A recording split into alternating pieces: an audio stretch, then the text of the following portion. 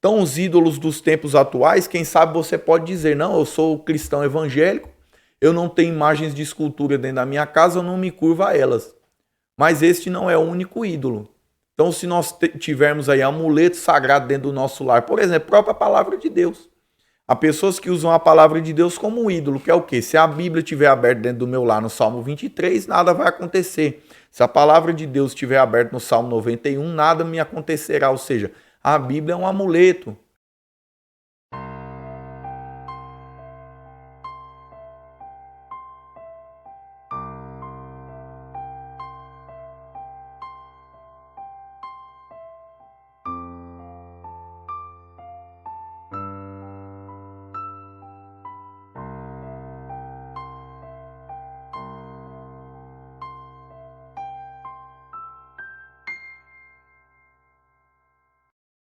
A paz do Senhor Jesus, alunos e professores da Escola Bíblica Dominical, sou o evangelista Crisley.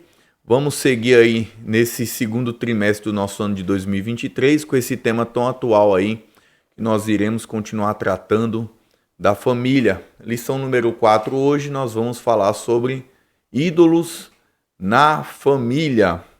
Então vamos lá a essa questão. O texto áureo aqui que vai estar em 1 João capítulo 5, versículo 21, que vai dizer: filhinhos, guardai-vos dos ídolos. Amém.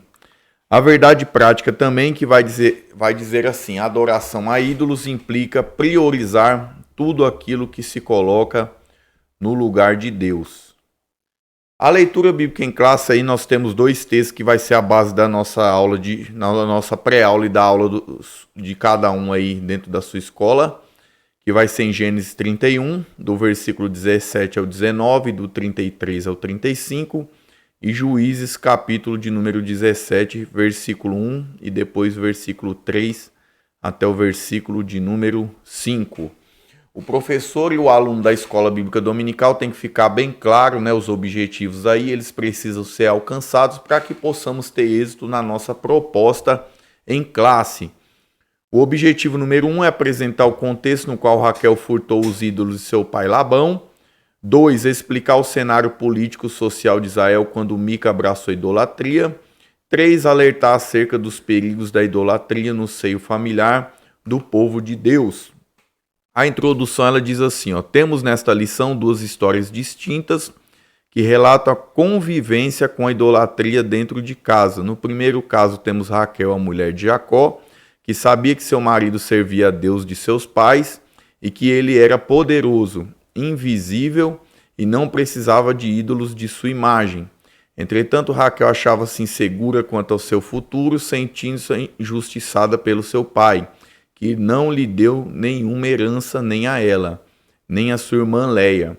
Resolveu furtar as pequenas estatuetas ou ídolos de seu pai, que eram os pequenos deuses dentro da casa de Labão.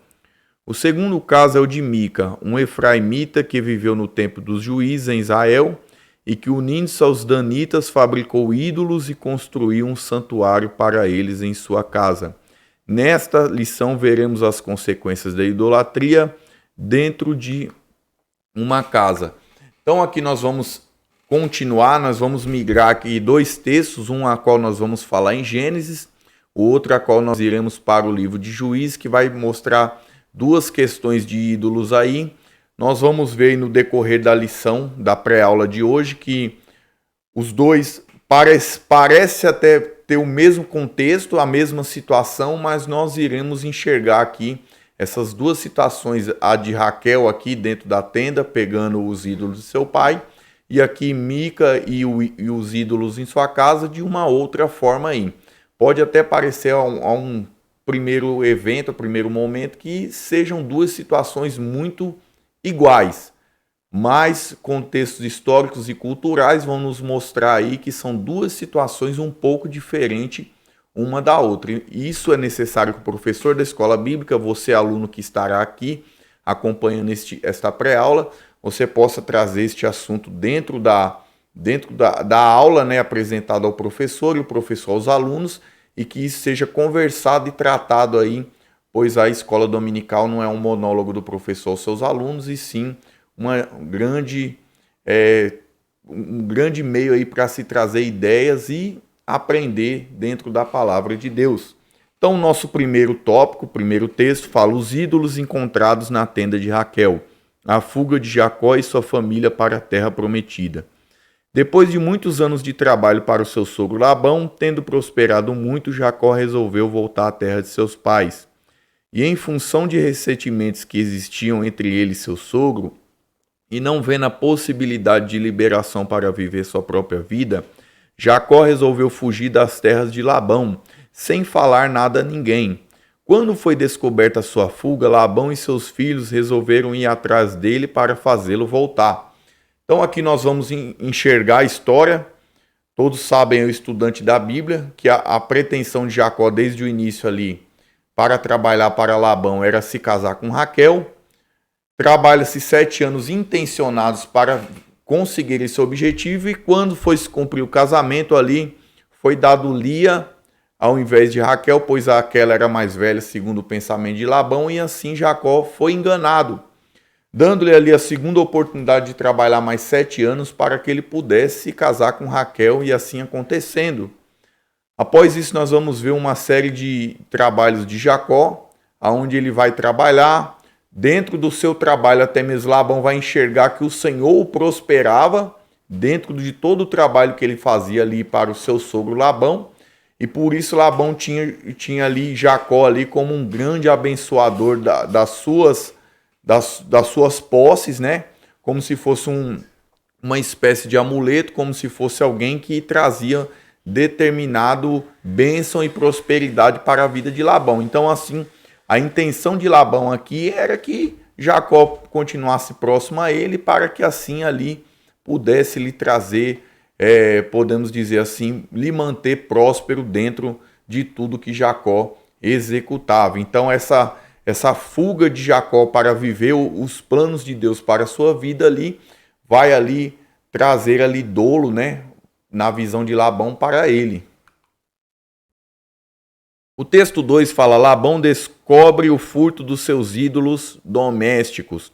Labão era homem idólatra e possuía pequenos deuses no interior de sua casa, para os quais ele orava e os quais acreditava ser ajudado. Eram, na verdade, terafins fabricados de madeira, pedra ou barro, cujas imagens eram veneradas e adoradas, como amuletos para proteção familiar e pessoal. Quem os possuísse também tinha o direito à herança. Quando Raquel percebeu que seu pai não lhe daria herança alguma, ela furtou os ídolos dele. Ao chegar no acampamento de Jacó, Labão indagou-lhe a respeito de seus ídolos, e não os encontrou, porque Raquel os escondera na albarda de um camelo, e sentou-se sobre eles. Nós vamos observar aqui, isso aí vai ser muito interessante para nossas vidas, se nós observarmos aí o que foi falado na introdução, tem 2 pontos de vista sobre essa história aí. Eu vou trazer os 2 pontos de vista, vou aqui firmar o meu, e que o professor de escola dominical apresente esses 2 pontos de vista para a sua classe, e assim, dentro daquilo que achar mais claro e evidente, aprecie esse como sendo aquele mais verídico para esta situação.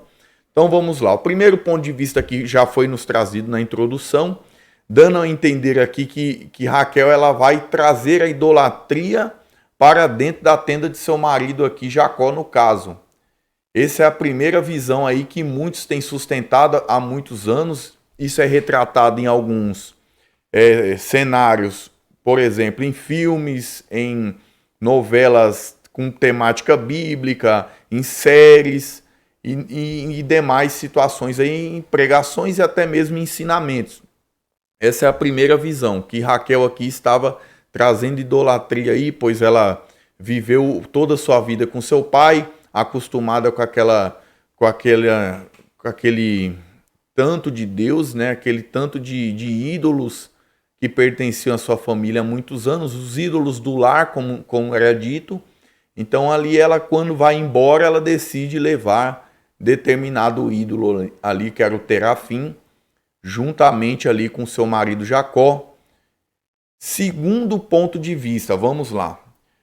Na cidade de Nuzi, no Iraque, algumas descobertas arqueológicas, elas vão mostrar que para que se alguém tivesse alguma propriedade, né, alguma propriedade, comprovação de posses, de tudo aquilo que a pessoa tinha, a escritura, né, no contexto histórico e cultural, a escritura era o terafim. Então, se houvesse uma reivindicação de posse de determinada terra, aquele que possuísse, culturalmente falando, isso vai ser muito descrito ali na cultura dos sumérios, aquele que tivesse o terafim era o dono, era o proprietário de todas aquelas posses. Então nós vamos ver aqui que por muitos anos aí, se nós juntarmos todo o período aí, cerca de 20 anos aí, Jacó sendo lesado por Labão, e ali até mesmo o caso dele, do casamento pretendido dele, perfeito para ele, que assim ele enxergava que era Raquel, que era a sua amada aí, ele vai ser enganado, todo o contexto aí do trabalho, às vezes que ele foi ali, muitas das vezes, trapaceado na questão das ovelhas, pelo seu sogro aí. Então a sua esposa, ela vai pegar o terafim não com fins idólatras, mas o terafim com fins aqui de propriedade. E o contexto bíblico aí eu trago ao professor e você, aluno de escola dominical, eu sustento esta segunda hipótese aí, que é essa que eu vou usar para aplicar na minha classe aí, e eu digo por quê? Porque quando, aqui no caso Labão, ele vai até o encontro de Jacó aqui, eles vão firmar uma aliança em que sentido? Eu não encontrei o terafim com você aqui, porque a Raquel tinha escondido, né? O texto aqui no final nos mostra, eu não encontrei, mas aqui, se no caso você mais à frente aparecer com esse terafim aqui nas minhas terras aqui, firma aqui uma aliança comigo que você não vai reivindicar o que é meu e tá tudo certo. E o que Jacó diz? Não, mesmo que eu tivesse, eu não vou reivindicar. Então, o contexto bíblico, ele nos dá ênfase, né, a nos acreditar nesta segunda hipótese aqui, que eu creio que fica mais claro dentro do contexto que nós estamos falando aqui. Vamos lá. Aí nós vamos ver que o texto 3 vai dizer: Raquel usa a mentira para esconder o ídolo. Raquel sentou sobre os ídolos para que Labão não os encontrasse. Ela usou justificativa que estava no período menstrual para não se levantar de cima do camelo e, consequentemente, para seu pai não encontrar os ídolos. Ali fica claro que, embora Labão acusasse Jacó de roubá-lo, foi sua filha Raquel que furtou seus ídolos e por isso enganou. E Labão não encontrou os seus ídolos. Esse episódio gerou uma grande discussão entre Jacó e seu sogro dentro daquilo que eu já contextualizei aqui. Nós vamos ver aqui que o terafim, enfim, nós vamos encontrar ele com algumas questões aqui que ele era usado. Além disso, nós vamos ver aqui, por exemplo, 2 Reis, capítulo 23, versículo 24, diz assim, ó: além disso, os adivinhos, os feiticeiros, os terafins, os ídolos, todas as abominações que se viam na terra de Judá e em Jerusalém, Josias os extirpou para confirmar palavras da lei que estavam escritas no livro que o sacerdote Ilquias achara na casa do Senhor. Aí em Ezequiel 21 diz assim, ó: pois o rei da Babilônia estava parado na encruzilhada no princípio dos dois caminhos para fazer adivinhações. Ele sacode as flechas, consulta os terafins e atenta para o fígado. Então, o terafim também ele era usado sim com fins idólatras, com fins de adoração, com fins adivinhativos, mas no caso do contexto dessa primeira situação aqui, que é a situação de Raquel, eu, biblicamente falando, historicamente falando, trago a seguinte tese aqui, que para mim ficou mais claro, que foi a segunda que a gente abordou, que foi com fins de posse das herdades do seu pai aqui, que Raquel usou de engano. A síntese do tópico é: diante do engano de Labão contra Jacó, subtraindo bens da herança das próprias filhas, Raquel furtou os ídolos do pai e mentiu para cobertar sua tentativa de fazer justiça com as próprias mãos. O texto 2 aqui, ó, aqui nós vamos migrar agora para o livro de Juízes, trazer o segundo texto que fala sobre ídolo. E aqui esse tipo de ídolo aqui vai ser totalmente diferente da primeira situação que nós trouxemos aqui. Então vamos lá. Na segunda situação aqui, nós vamos enxergar o quê? A idolatria e o caráter antiético de Mica. Apesar de um nome especial cujo significado é quem é como o Senhor nosso Deus, Mica não correspondia à importância do nome que tinha, porque não honrava a Deus em sua vida. Ele tinha uma família, embora o relato bíblico não cite a sua esposa, sua mãe vivia com ele e era muito rica.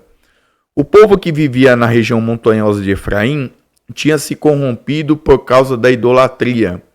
Havia em Israel, de modo geral, um abandono total aos mandamentos da lei de Moisés, em que o povo de Israel aderiu a um sincretismo religioso que implicava uma apostasia total.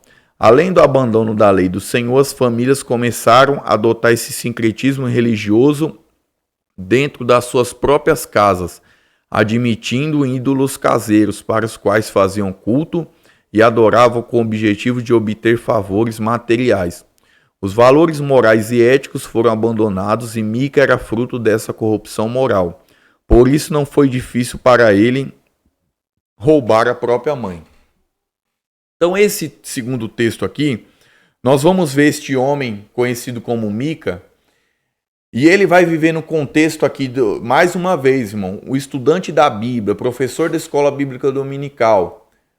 Se nós não nos situarmos no contexto do que nós estamos falando, nós não vamos conseguir transmitir e nem entender o que nós estamos estudando.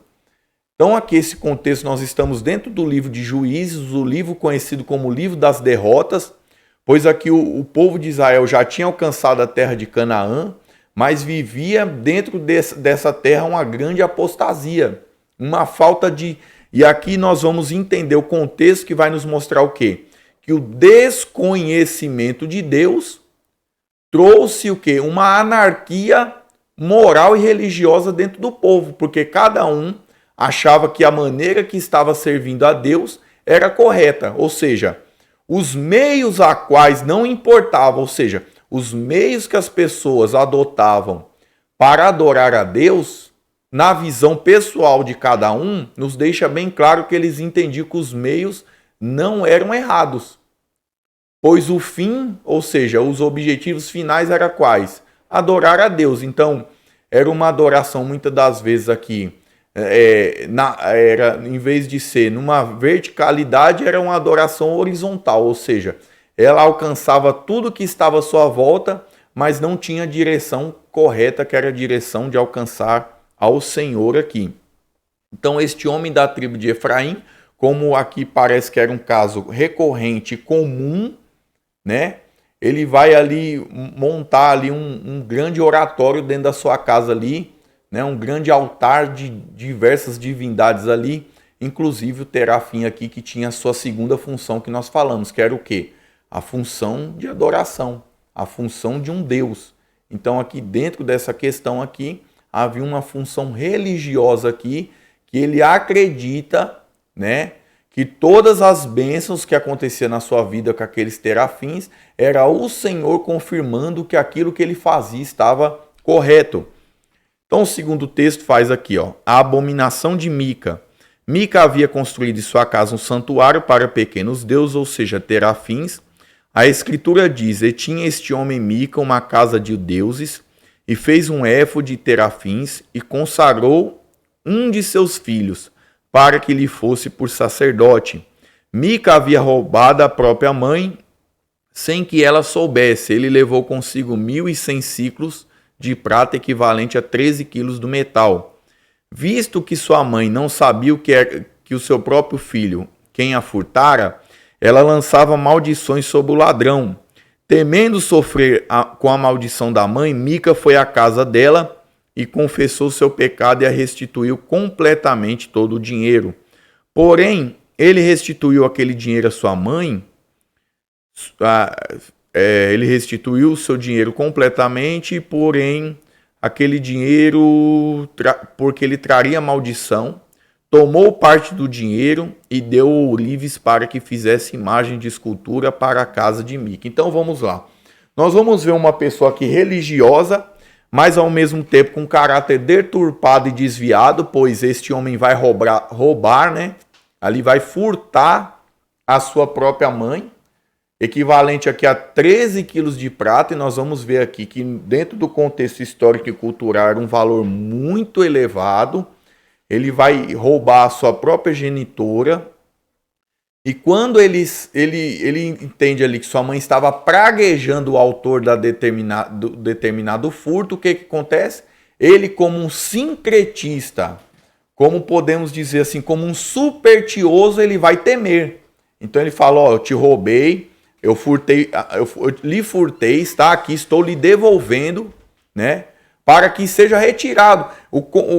A contextualização deixa bem claro. Retire a maldição que está de mim, eu estou te devolvendo tudo aqui para que eu possa viver a minha vida em paz. Então uma pessoa desviada de caráter, com uma adoração, em vez de ser direcionada a Deus, ela é horizontal, ou seja, ela adora tudo, menos Deus. Então esse fato aí, ele pode ser muito comum e recorrente na nossa cultura nos dias de hoje.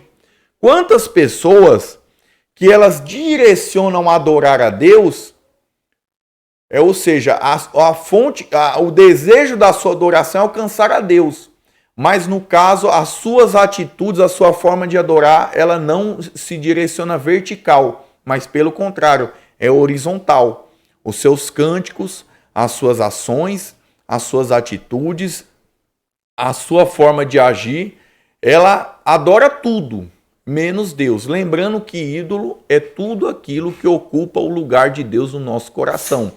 Então toda situação que ela é horizontal, ou seja, ela é direcionada ao próximo, ou alguma coisa que me chame muita atenção, no caso aqui eu estou trazendo uma adoração horizontal que não alcança o Senhor. Aí vamos continuar aqui. Aliás, nós vamos ver aqui que ele era tão sincretista, sabendo-se que lá em Siló já tinha adoração ao Deus Criador de todas as coisas, ele, ao invés de se curvar nessa questão, não. Ele vai trazer idolatria para dentro da sua casa, fazendo o que? Além de ter os ídolos, os terafins, ele cria ali um éfode, né, uma veste sacerdotal, coloca o seu próprio filho como sacerdote da sua religião. Ou seja, o que ele diz com essa atitude? Eu discordo do que Deus propôs e crio a minha própria religião. Será que isso acontece nos nossos dias de hoje? Será que tem pessoas que discordam dos preceitos de Deus e criam para eles a religião perfeita conforme os seus desígnios? Ou seja, o sacerdote à sua maneira, a forma de adorar do seu entendimento, o culto da maneira que ele entende que seja mais aprazível. Aliás, será que tem desta forma, mas ao mesmo tempo diz que está adorando a Deus? Eu creio que isso não é algo retórico, isso fica bem claro que sim, né? Que nós acompanhamos esse tipo de situação. O texto 3 aqui vai dizer, ó, Mica tinha uma casa de Deus, ó. Pelo contexto bíblico, a família de Mica era de judeus, mas desviada da fidelidade a Deus. Servia aos falsos deuses representados por pequenos ídolos, chamados terafins. Mica e seus familiares afirmavam estar servindo também ao Deus de Israel. Entretanto, naquele período histórico do tempo dos juízes, cada um fazia o que lhe parecia certo. Aí vamos aqui. Por conta própria, e depois de ter seus terafins em casa, Mica resolveu também mandar fazer um éfode, que era utilizado somente pelo sumo sacerdote israelita. Eu entrega a seu filho, separando para ser sacerdote na sua casa. Depois aparece um levita que não tinha onde morar, e Mica convida a viver em sua casa, a tornar-se sacerdote da família pelo Deus de Israel. Essa mistura de divindades falsas estava presente na casa de Mica. Todos quantos chegassem à sua casa encontrariam o Deus que desejasse invocar. Infelizmente, um homem da tribo de Efraim, que deveria honrar o Deus de seu povo, que o libertou do Egito, agora se encontrara comprometido com ídolos de uma religião pagã. Vamos aqui alguns textos aqui que a palavra vai nos trazer. Vamos lá. Nós temos aí o texto aqui, Juízes capítulo 17, no versículo aí que está na revista aí, versículo de número 6. Vamos ler para entender melhor. Aqui, Juízes capítulo 17, versículo 6 diz assim, ó, naqueles dias não havia rei em Israel, cada qual fazia o que parecia bem aos olhos. Como nós conhecemos isso hoje em dia? Anarquia. Cada um fazia aquilo que lhe bem parecia. Então, independente, as pessoas agiam da forma que lhe achava melhor. Aí nós vamos ver um levita que estava chegando no território de Efraim aqui. Ele não era para estar nessa região aqui. Nós vamos ver que ele deveria estar onde? Está ali em Siló, próximo ali da adoração ao Senhor. Mas aí nós vamos entender o contexto aqui. Se nós lermos o versículo de número 9, diz assim, ó, Mica perguntando, ó, o qual lhe perguntou, de onde vens? E ele respondeu, sou levita de Belém de Judá, e vou peregrinar onde achar conveniente. Será que aqui nós vamos ver um levita dizendo, ó, eu sou de Belém, né? E eu estou andando por aqui porque eu acho que eu devo andar onde me for conveniente. Será que nós temos pessoas nos dias de hoje aí, andando onde lhe for conveniente? A pessoa ela tinha uma missão, ela tinha um propósito que Deus tinha estabelecido a ele como levita, mas ele estava dizendo que estava fazendo o que lhe era conveniente, ou seja, ele estava andando por aí.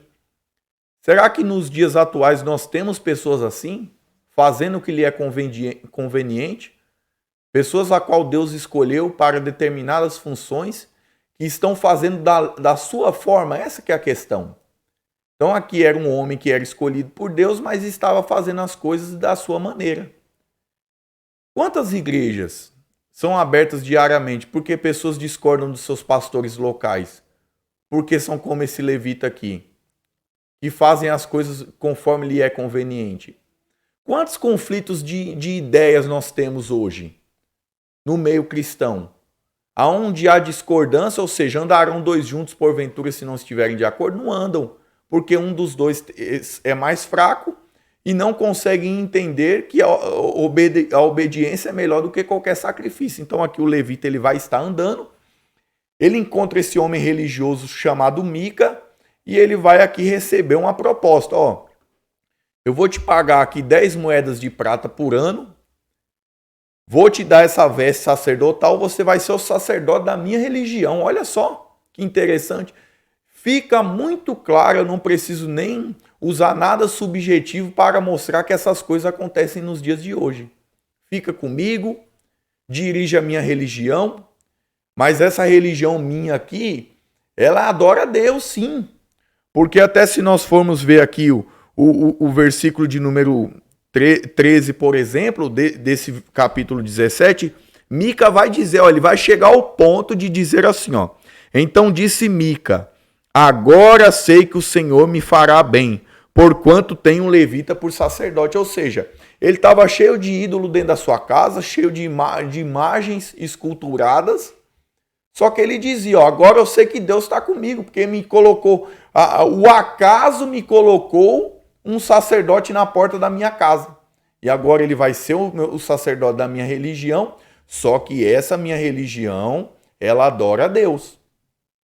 Quantas pessoas não são bem intencionadas dizendo, eu estou adorando a Deus aqui, a minha religião aqui ela é diferente das outras, tem algumas coisas diferentes, mas o alvo é Cristo. E a gente sabe que existe isso daí. E era o que Mica estava... Ele, dentro da sua cabeça, ele estava bem intencionado, dentro da sua cabeça ele estava fazendo certo, e dentro da sua cabeça Deus estava abençoando ele. Isso fica bem claro aí que tem pessoas que têm a mesma situação. Elas acham que está fazendo certo, elas acham que Deus está com elas e está confirmando os seus passos, e é pelo contrário. A Bíblia, a palavra do Senhor aqui, ela vai nos dar as diretrizes claras de como é a verdadeira adoração a Deus aí. Aí nós vamos ver aí que nessa síntese ela vai nos trazer aí que a tribo de Dan, por exemplo, né? Você vai vendo o desvio aqui. Aqui no caso o texto não vai nos trazer tudo isso daí, mas a gente vai explicar um pouco aí.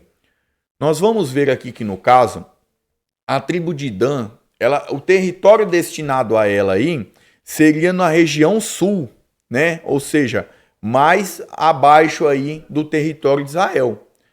Se nós lermos aí o começo do livro de Juízes ali, Deus tinha dado aquela terra para eles, mas por conta da sua ineficiência em conquistar a terra, eles não conseguiram expulsar todos os inimigos. Então eles não conseguiram aquela plenitude da terra. E isso vai ficar bem claro aqui. No texto de Juízes, eles vão aqui buscar invadir um povo aqui que já era mais pacífico, com o pretexto, né, de conseguir um novo território. Só que nós vamos olhar, lembra que eu estou falando? No mapa de Israel, eles deveriam estar aqui, mais aqui, a região sul. Só que nós vamos encontrar eles querendo invadir um inimigo aqui, um povo pacífico, na região mais ao norte, próximo ali da terra aqui dos Sidônios. Ou seja, criando os dois extremos, ou seja, um território em Dan ao sul, outro território em Dan ao norte, sendo que eles tinham um território já a ser conquistados. Então, nesta guerra, eles vão consultar a quem? Ao sacerdote do Senhor, um sacerdote que estivesse em Belém, em Siló, não. Eles vão ali consultar o sacerdote da religião de Mica, da religião pagã. E esse sacerdote diz, pode ir. Vai lá, o Senhor vai dar a vitória para vocês, vocês vão conseguir o que vocês tanto querem. Só que nós vamos ver aqui, quando as pessoas estão perdidas espiritualmente falando, elas acabam recorrendo àqueles que estão tão desviados quanto eles espiritualmente falando. E o que acontece? Isso gera naufrágio espiritual. Eles vão conseguir conquistar? Vão conseguir. Só que, biblicamente falando, nós vamos entender que o território que Deus tinha dado a eles já estava lá. Eles teriam que ter conquistado. Mas por ineficiência deles, eles não conseguiram e agora foram conquistar um lugar mais fácil. Não é assim muitas das vezes na vida das pessoas? As pessoas estão moralmente, espiritualmente desviadas do caminho do Senhor. Elas vão recorrer a pessoas que estão debilitadas espiritualmente falando e muitas das vezes elas vão pelo caminho que é mais fácil, porque o caminho mais difícil ele é estreito, a porta ela é mais estreita, é mais complicado, exige mais de obediência ao Senhor.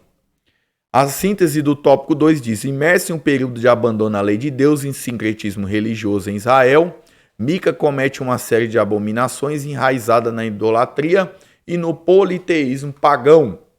Vamos ao tópico 3, idolatria dentro dos lares. Em ambas as histórias citadas de Raquel e de Mica, a crença em ídolos domésticos indicava forte influência pagã em lares israelitas. A partir desses dois casos bíblicos, somos convidados a refletir a respeito da idolatria hoje. Texto 1, os ídolos domésticos dos tempos atuais. O apóstolo João enfrentou em seu ministério um problema com ídolos caseiros de famílias cristãs que tinham dificuldade em abandoná-los. Por isso o apóstolo aconselhou, filhinho, guardai-vos dos ídolos. Para uma pessoa não crente em Cristo, a vida cristã é irreal, já que o que se vive no mundo vive-se pelo que se vê e sente, não pelo que a vida cristã exige. Ora, os ídolos são temporários e representam aquilo que é falso e vazio porque são enganosos. Qualquer coisa pode se tornar um ídolo dentro da casa, como por exemplo um emprego, um carro, dinheiro, um filho, um pai, uma mãe, um estilo de vida. Ora, como identificar a idolatria dentro e fora de casa? Tudo aquilo que requer lealdade e honra acima de Deus se constitui idolatria. Paulo escreveu aos Coríntios, o ídolo nada é no mundo. Por isso é um perigo endeusar pessoas, colocando-as na posição ou acima do próprio Deus. Então, voltando aqui na terminologia da palavra, ídolo é tudo aquilo que ocupa o lugar do Senhor na nossa vida. Então, os ídolos dos tempos atuais, quem sabe você pode dizer, não, eu sou cristão evangélico, eu não tenho imagens de escultura dentro da minha casa, eu não me curvo a elas. Mas este não é o único ídolo. Então, se nós tivermos aí amuletos sagrados dentro do nosso lar, por exemplo, a própria palavra de Deus. Há pessoas que usam a palavra de Deus como um ídolo, que é o quê? Se a Bíblia estiver aberta dentro do meu lar no Salmo 23, nada vai acontecer. Se a palavra de Deus estiver aberta no Salmo 91, nada me acontecerá. Ou seja, a Bíblia é um amuleto. Às vezes uma determinada veste parece até uma veste sacerdotal, é um amuleto. Hoje nós vivemos um sincretismo religioso muito perigoso no meio evangélico, que é o quê? Vem para cá que Deus vai te abençoar de uma maneira poderosa financeiramente falando. E aquela promessa de dinheiro fácil atrai muitas pessoas. A raiz, no caso aqui, de todos os males é não o dinheiro, mas o amor ao dinheiro. Aí a pessoa vai intencionada nessa segunda intenção, né? A primeira que seria correta, o adorar ao Criador de todas as coisas, ao dono do ouro e da prata, fica em segundo plano. Então isso gera uma forma de idolatria. Nós vamos ver os amuletos como fronha, como lenço, como vassoura, como óleo, como água, né? Uma série de sincretismos que traz para dentro do meio evangélico com promessa de chancela de Deus com uma positividade em cima daquele determinado fator. Isso tudo é idolatria. Idolatria a esposa, idolatria ao marido, idolatrar os filhos, idolatrar o emprego, idolatrar uma posição religiosa, idolatrar o ministério onde congrega. Tudo aquilo que for colocado, e eu preciso, professor e aluno de escola dominical, que isso fique claro na sua classe. Tudo aquilo que gera as primícias da minha vida, ou seja, aquilo é onde meu coração está. Se não estiver no Senhor, é idolatria. Não é difícil de identificar isso aí. Texto 2, identificando ídolos modernos dentro dos lares. A proliferação da cultura da mídia entrou em nossas casas, queremos ou não. Convivemos com ela no dia a dia. A mídia por si mesma é neutra, pois o meio pelo qual serve a sociedade como canal de comunicação, através do rádio, da televisão, da internet, dos smartphones, da rede de computadores e de outros meios. Ela é um modo de comunicação que deve ser usado com sabedoria. Entretanto, não podemos ser manipulados por ela, que faz parte de um mundo tecnológico e intelectual no qual todos vivemos. O que não podemos é fazer uso acrítico desses instrumentos. Precisamos levar em conta o cuidado quanto ao perigo da concupiscência da carne, dos olhos e da soberba da vida. A gente já trouxe aí em lições anteriores, em pré-aulas, quando nós falamos das mídias digitais. Lembra que a gente acabou, vou refazer de novo, ou trazer mais uma vez a mesma frase. Idolatria, o ídolo é tudo aquilo que ocupa o lugar de Deus. Insisto nessa palavra. Vamos lá, por quê? Porque se nós pegamos a média brasileira, quando nós falamos aqui sobre mídias digitais aqui na escola, na pré-aula, lembra que a gente até comentou a você que está há mais tempo, o brasileiro é o segundo país do mundo onde as pessoas passam mais tempo na internet. Então pensa só, você passar uma média de 12 horas na internet, 10 horas, 8 horas, 6 horas por dia. Se nós colocarmos na balança, a conta não fecha entre o tempo que nós dedicamos a Deus e o tempo que nós dedicamos às mídias digitais. Onde há pessoas que vivem em prol disso aí. Então, se ela não for bajulada, se a sua foto não for curtida, há estudos aí já muito avançados nesse ponto, que uma grande proliferação hoje do que nós falamos da doença do século XXI aí, que no caso é a depressão, ela é gerada nesses meios aí.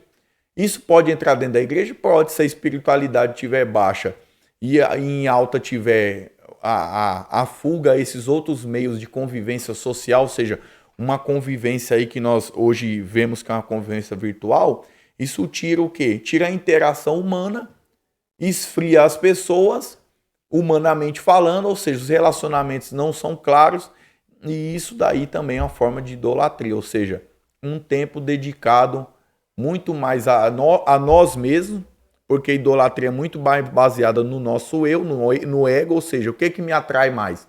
Me atrai mais eu ficar vivendo esta vida virtual.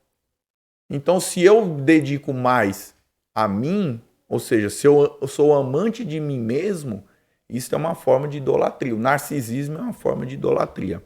Texto 3, ele fala assim, ó: precisamos reagir contra os inimigos da família.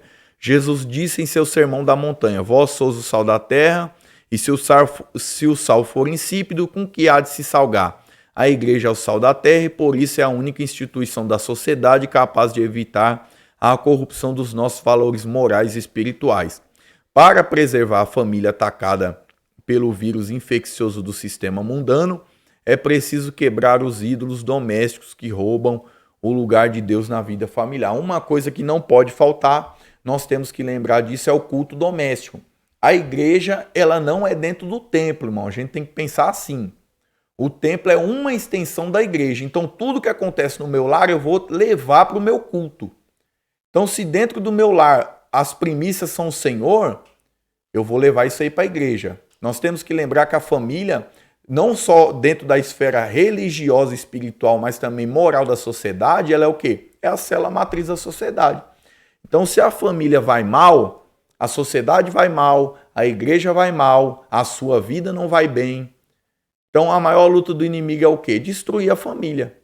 Todo padrão bíblico que Deus deixou instituído para a família, essa é a luta espiritual de Satanás para destruir. E qual que é o papel do pai, da mãe, do chefe do lar? É trazer todos os elementos bíblicos para dentro da sua casa. Ou seja, a Bíblia ela não escondeu nem esconde erro de ninguém. Ela mostra para quê? Para que a gente aplique na nossa vida. A escola bíblica, professor, a escola bíblica, aluno, ela vai nos trazer um ganho de conhecimento para que aonde os patriarcas, aonde as pessoas erraram, nós não vamos errar porque nós aprendemos. Então a escola dominical é um grande meio para isso daí. Vamos lá. Síntese do tópico 3. Precisamos combater os ídolos domésticos dos tempos atuais, assim como qualquer influência pagã em nossos lares.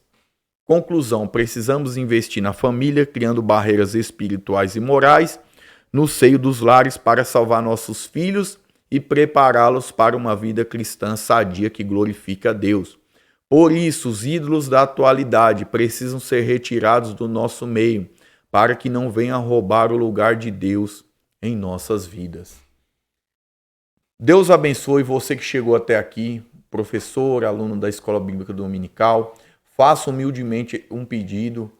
Aí embaixo aí na barra você vai ver uma das opções é compartilhar. Compartilhe este vídeo nas suas redes sociais. Compartilhe nos seus grupos familiares de WhatsApp. Compartilhe com o cônjuge. Compartilhe com as pessoas que lhe são especiais, para que este tipo de conteúdo abençoe o seu lar. Não esqueça de deixar o seu comentário e curtir aí este vídeo aí. Deus abençoe mais uma vez e que, se assim o Senhor permitir, nós possamos continuar aí seguindo com esse trabalho. Muito obrigado por vocês estarem até aqui. Amém?